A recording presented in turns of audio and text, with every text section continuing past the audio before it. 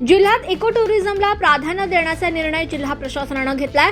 त्यानुसार पहिल्या टप्प्यात जिल्ह्यातील सुमारे 15 ठिकाणे निश्चित करण्यात आली असून ठिकठिकाणी विविध मूलभूत सुविधा विकसित करण्यासाठी जिल्हा नियोजन समितीमधून 60 कोटी रुपयांच्या निधीस मान्यता देण्यात आली आहे।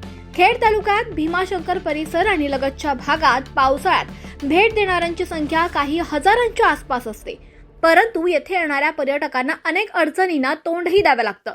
त्यामुळे या ठिकाणी मूलभूत सुविधा उभारण्यात येणार असल्याचं जिल्हा प्रशासनानं सांगितलं आहे। खेडचे आमदार बाबाजी काळे यांनी यासाठी प्रयत्नही केले होते।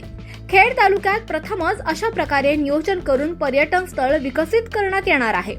पुणे जिल्ह्यात 300हून अधिक पर्यटनाची ठिकाणं आहेत। यामध्ये प्रामुख्याने पावसाळ्यात धबधबे, घाट पाहण्यासाठी पर्यटक येत असतात।